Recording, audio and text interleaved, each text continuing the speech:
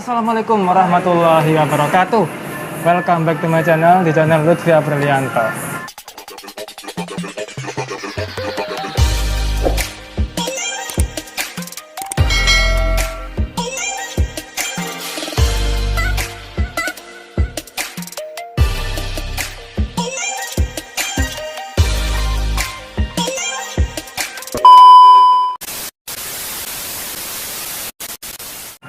Ya, kembali lagi dengan saya Lutfi dan bersama dengan Mas Luki Prihatanto.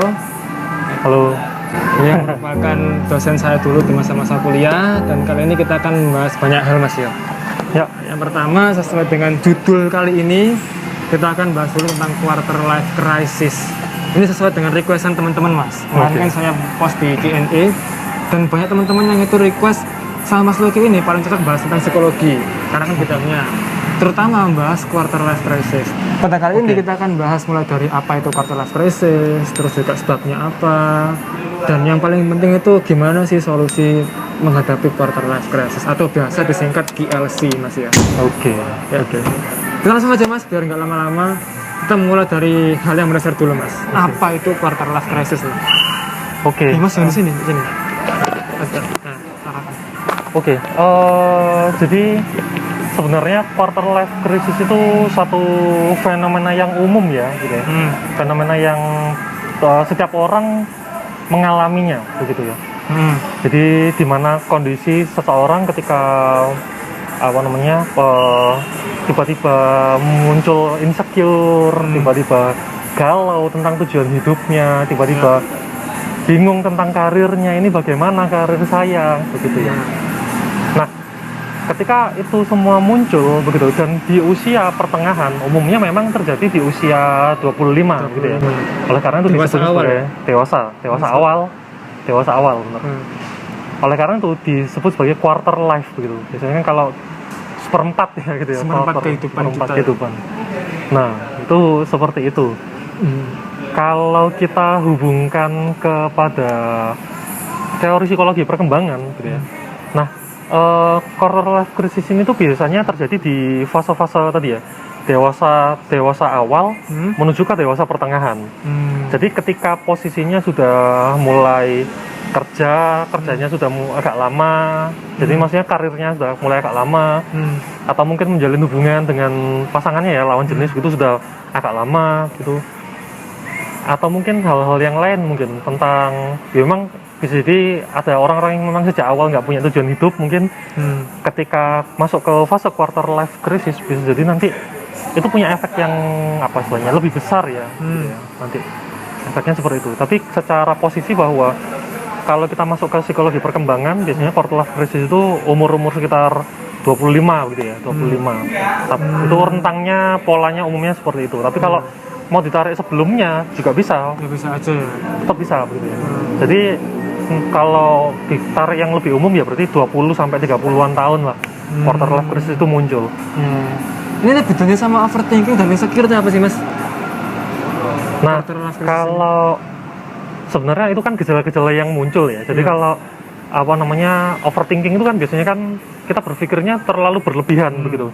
Kita memasukkan asumsi-asumsi. Meskipun itu tidak sesuai dengan faktanya, begitu. Sehingga akhirnya kita kayak berpikirnya terlalu overthinking gitu. Tapi kalau insecure itu lebih kepada perasaan rendah diri, malu itu begitu ya. Karena mungkin sebentar, Mas.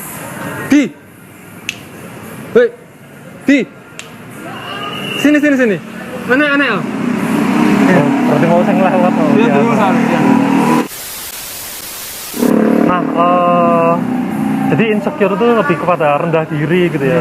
Kenapa sih kok bisa rendah diri? Nah, biasanya karena membandingkan. Nah, membandingkan diri dengan orang lain. Benar. Poinnya adalah membandingkan pencapaian diri dengan pencapaian orang lain. Misal nih, kita kerja gitu ya. Kita kerja sudah misal 2 tahun, 3 tahun begitu. Tapi kok merasa bahwa hidup kita ya gini-gini aja begitu.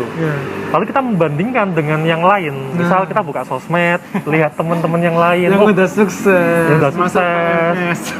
Nah, kan gitu ya. PNS atau mungkin gajinya lebih besar gitu ya.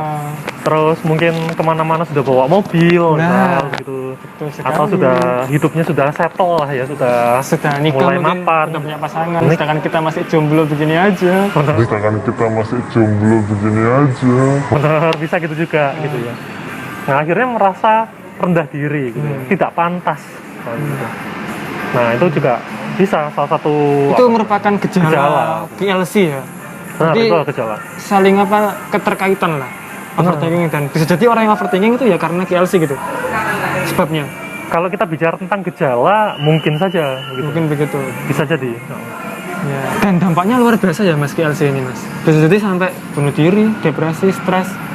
Nah, dalam kasus-kasus tertentu memang quarter life crisis itu apa istilahnya? Mungkin mulai dari gejala yang sifatnya ringan dan bisa dikendalikan lah ya, bisa ditangani, sampai pada gejala-gejala yang itu cukup berat, semisal depresi begitu. Ya. Kalau semisal overthinking, insecure gitu, itu mungkin masih remeh main lah ya. Tapi ada juga orang yang quarter life crisis sampai kehilangan makna hidup, kehilangan tujuan hidup, depresi, bahkan bunuh diri. Ya, ya.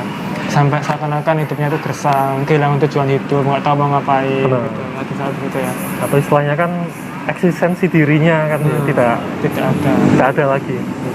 Nah, terus siapa Mas? Sebagai seseorang yang di usia quarter itu menghadapi masa-masa krisis seperti ini. Nah, mungkin sebelum kita bicara tentang solusi ya, kita bicara tentang apa tadi, semesta sebabnya dulu ya. Bahwa tadi kan sebabnya kan cukup banyak ya, bahwa mungkin tuntutan pekerjaan, tekanan pekerjaan yang berat begitu, tetapi merasa bahwa hasilnya ya segitu-segitu aja.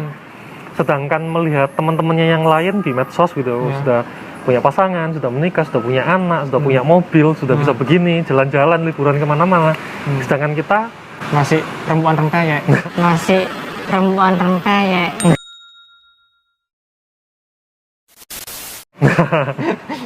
begitu ya.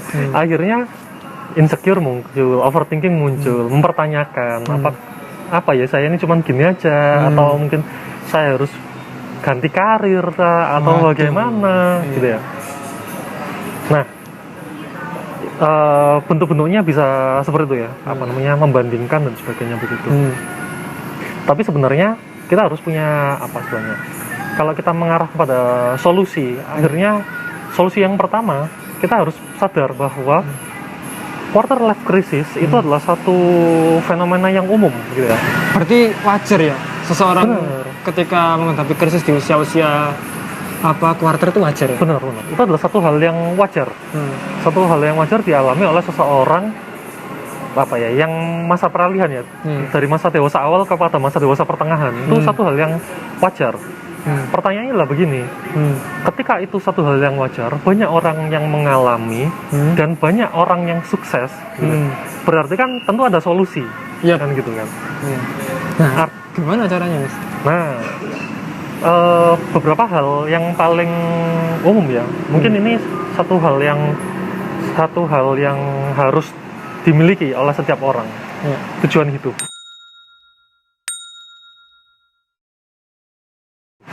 Nah, itu benar banget. Sebagai kompas, sebagai arah ya. Benar. Ya. Nah, bahwa kita harus punya tujuan hidup, kan gitu ya. Apakah cukup dengan tujuan hidup? Kenyataannya tidak. Ketika kita sudah punya tujuan, maka kita harus merencanakan.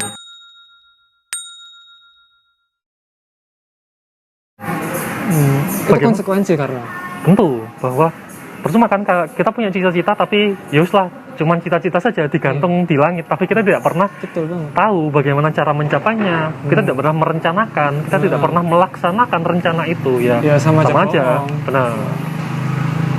Jadi poin pertama, kita harus punya tujuan hidup dulu. Yang kedua adalah kita punya perencanaannya. Ya meskipun nanti tujuan hidup itu secara spesifik mungkin bisa kalau kita bicara tentang profesi gitu ya, itu bisa direvisi, bisa diubah-ubah, benar begitu ya. Tapi bahwa paling tidak dengan adanya tujuan hidup dan punya perencanaan hidup, itu bisa jadi kompas bagi kita, benar ya. Jadi itu menuntun kita gitu ya, untuk kita mau melaju kemana, kita harus bagaimana gitu. Dan ini penting juga, sorry Mas, dan ini penting juga buat kita itu akhirnya kekeh sama kita sendiri. Maksudnya gini, kita akhirnya punya tujuan hidup, misalkan aku lah mau buat konten YouTube. Nah, ketika aku lihat temanku yang dia itu bisnis sukses, ya aku gak peduli. Itu bukan goalsku kan. Benar. Itu kan goalsku kan di sini. Ketika orang lain begitu ya udah itu orang lain punya jalan begitu lah, aku punya jalan begini. Itu kan bisa begitu ya efeknya Mas. Benar. Ketika kita punya tujuan hidup dan kita punya perencanaan hidup kita, plan hidup kita, maka akhirnya step by step yang kita lalui itu akan jelas begitu. Nah, kalau kita nggak punya tujuan hidup, kalau kita nggak merencanakan hidup kita, tentu kita akan mudah goyah, mudah apa istilahnya, tertarik dengan pencapaian hidup orang lain, meskipun bisa jadi orang lain punya tujuan hidup sendiri, punya hal yang berbeda, rencana sendiri. Kita tidak harus kan menjadi seperti orang lain kan gitu. Tingkat kesuksesan atau apa istilahnya, kayak pencapaian hidup setiap orang masing-masing beda-beda kan gitu kan ya. Tapi gini Mas, membanding-bandingkan diri dengan orang lain itu salah nggak sih? Sepenuhnya salah nggak? Bisa nggak itu jadi sebuah hal positif? Kalau kita bicara tentang hal positif, tentu ada positifnya. Bahwa ketika kita membandingkan hidup kita dengan orang lain, dengan pencapaian orang lain, jika itu membuat kita termotivasi untuk itu nggak apa-apa. Untuk kita mencapai tujuan hidup kita, begitu ya, untuk berkompetisi secara fastabiqul khairat, itu bagus. Gitu.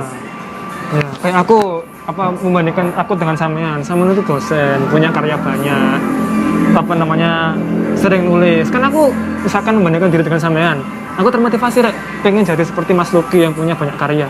Itu salah nggak?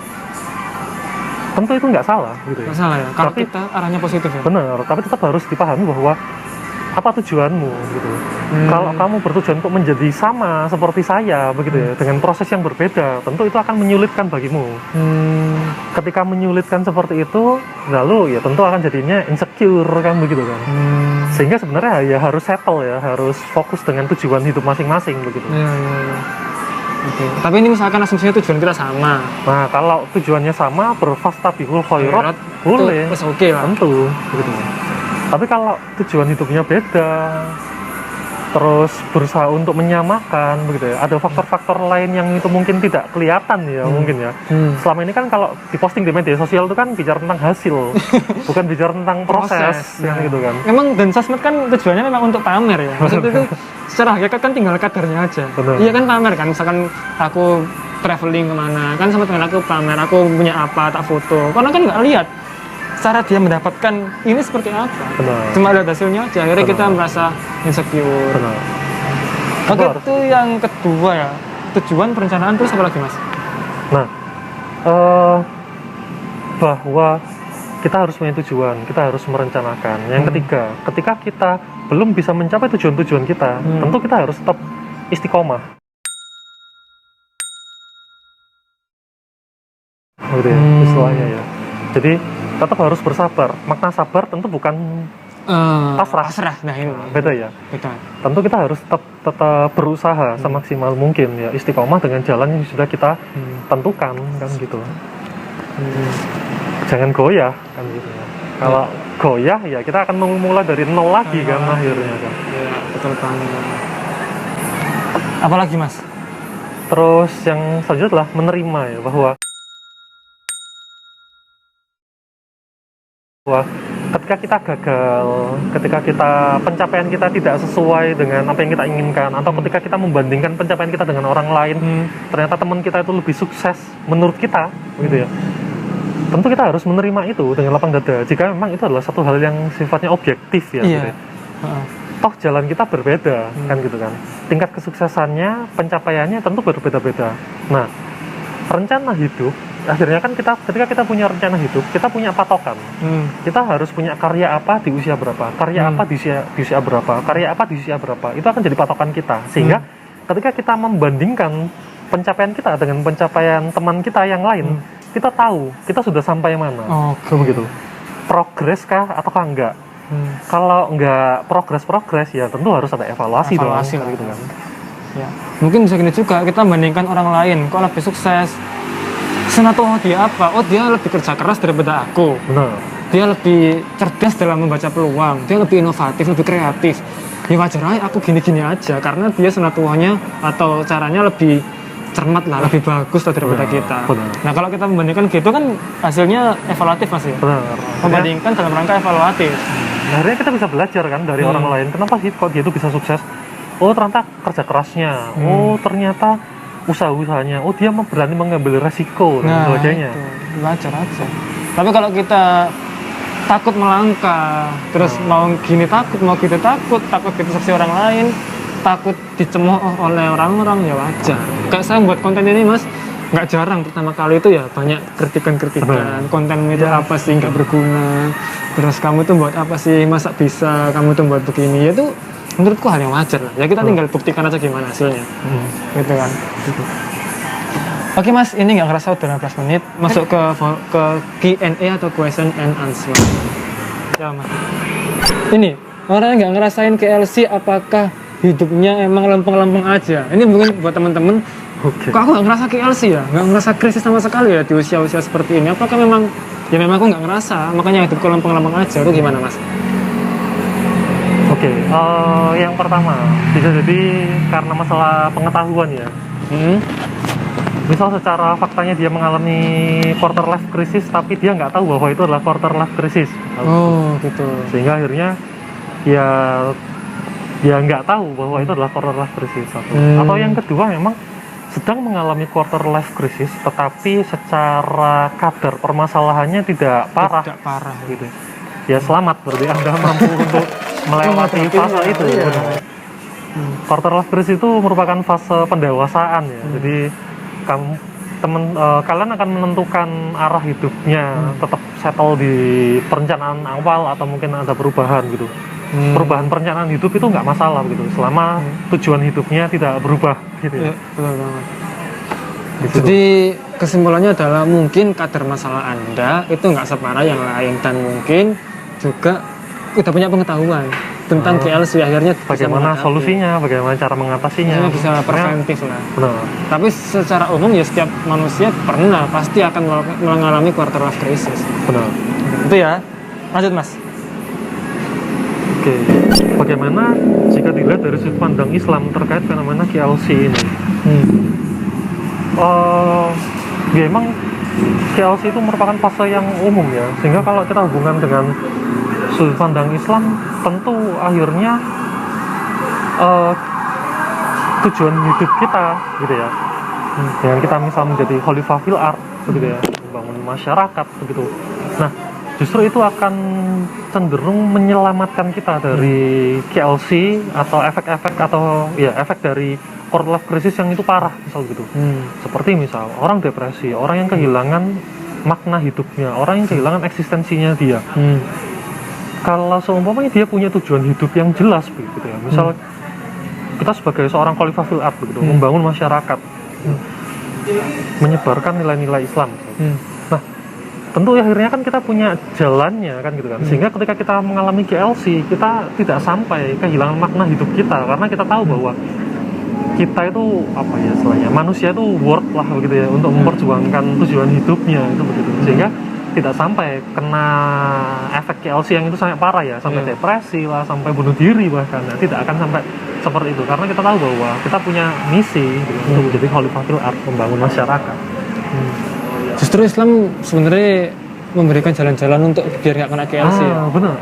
Islam justru memberikan solusi. Sebenarnya secara tidak langsung dengan kita itu apa istilahnya belajar Islam, kita punya preventif gitu ya. Paling tidak ketika kita sedang menghadapi quarter life of crisis, kita tahu apa yang harus kita lakukan, dan kita bisa lebih mampu untuk bertahan dari masalah-masalah di quarter life crisis. Orang yang agamanya tinggi, maksudnya SQ-nya bagus, spiritual quotient-nya bagus. Itu saya pernah baca penelitian Mas. Dia itu tidak gampang terkena depresi, gangguan-gangguan psikologis lah, depresi, stres, dan lain-lain itu nggak gampang daripada orang yang spiritual quotient-nya rendah. Bener nggak Mas? Benar. Karena dia punya kayak pegangan gitu. Apa yang dia tuju itu bukan cuma duniawi bahkan, karena SQ yang tinggi kan biasanya sampai mikir sampai akhirat. Benar. Begitu. Makanya sip lah buat teman-teman yang memiliki SQ yang tinggi, ya itu teman-teman insya Allah akan lebih terhindar dari KLC. Oke, lanjut Mas. KLC sama dengan overthinking dan insecure. Yang ini. Oke. Sebenarnya KLC itu istilahnya apa ya, kalau kita analogikan dengan penyakit, KLC itu penyakitnya. Insecure, overthinking itu adalah gejalanya. Bayangkan begini, kayak penyakitnya adalah tipes begitu. Gejalanya apa? Pusing, mual, muntah, lalu gitu. Pusing, mual, muntah itu adalah gejalanya. Insecure, overthinking itu adalah gejalanya. Masalahnya apa? KLC. Masalahnya apa? Tipes. Nah, itu begitu. Oh, gitu. Jadi kayak substansi masalahnya itu KLC itu ya. benar. Apa yang menyebabkan insecure sama overthinkingnya sedang menghadapi masa KLC. Sebenarnya ini Mas, krisis itu apakah di masa-masa quarter sih? Enggak kan ya? Maksudnya bisa enggak juga dialami di orang-orang yang bisa sampean nih? Sampean kan bukan quarter lagi kan, udah lewat kan dari quarter kan. Sebenarnya kan bisa-bisa aja ngalami krisis ya? Tentu. Nah, Tetap bisa. tetap bisa ya? Tetap bisa. Tapi kenapa kok jadi sebuah hal yang seakan-akan wah gitu, quarter life crisis itu? Mungkin apa ya, kita harus sadar juga bahwa peran sosial media itu sangat besar ya terhadap perkembangan apa istilahnya anak-anak muda dewasa ini gitu. Quarter life crisis itu mungkin dulu di zaman saya ketika kuliah, ketika sedang menghadapi itu tidak se-booming gitu. Ya, se-booming ini ya. Tapi kalau sekarang anak-anak masih muda, umur 20-an sudah merasa quarter mengalami quarter life crisis. lagi di blow up di sosial media. Itu mungkin membuat semakin gencar-gencarnya. Tapi itu juga ada positifnya. Akhirnya orang-orang menjadi sadar, menjadi tahu bahwa oh ada ya fase quarter life crisis itu, dan akhirnya solusi-solusi untuk menghadapi itu bisa lebih banyak ditemukan, dan orang-orang sebelum menghadapi itu sudah punya preventif untuk menghadapi quarter life crisis. Ya, betul banget. Sebelum diakhiri Mas, barangkali ada pesan-pesan tertentu buat sampean untuk para apa namanya orang yang quarter seperti saya dan teman-teman, mungkin ada pesan yang ingin disampaikan. Ini akhirnya saya teringat ketika kuliah dulu ya. Oh itu. Kenapa tuh Mas? Jadi saya senantiasa menganalogikan bahwa setiap manusia itu seperti tanaman ya, dimana tanaman itu beda-beda jenisnya, beda-beda cara tumbuhnya, gitu ya, berbeda apa istilahnya, pencapaian hasilnya itu bisa beda-beda. Ya. Satu pohon dengan pohon lain itu bisa beda-beda. Ya. Betul banget. Ketika satu pohon itu sudah menghasilkan buah, sedangkan pohon lain belum berbuah, maka ya nggak usah insecure pohon lainnya itu, gitu. Karena setiap proses dari masing-masing orang itu bisa beda-beda, tujuannya beda, pencapaian beda, kerja kerasnya beda dan sebagainya, sehingga akhirnya ketika seseorang sudah mencapai tujuannya, mendapatkan hasilnya gitu, maka kita pun tidak perlu insecure dengan orang lain itu, karena kita sadar bahwa sumber daya untuk bisa sampai menghasilkan itu ya juga berbeda-beda begitu, sehingga tidak perlu insecure, tidak perlu apa istilahnya kayak rendah diri ketika tahu bahwa teman-teman yang lain sudah sukses, ya it's okay, karena memang caranya, karena memang tujuannya, karena memang hal-hal yang dia lakukan itu berbeda dengan apa yang kita lakukan. Betul banget Mas. Luar biasa podcast kali ini. Terima kasih. Oke Mas, terima kasih banyak atas pencerahannya dan insight-nya pada podcast kali ini. Mudah-mudahan bermanfaat buat teman-teman semuanya. Dan jangan lupa tonton video-video saya selanjutnya, karena setelah ini insya Allah akan kita membuat konten lagi Mas ya, tentang menanggapi atau mengobrol tentang realitas pendaki yang hilang Gibran itu. Nah, nanti akan saya upload setelah ini. Stay tune terus, jangan kemana-mana, dan thanks banget buat Mas Lugi atas sharing-sharingnya pada video kali ini. Saya Hari, mohon maaf. Assalamualaikum warahmatullahi wabarakatuh.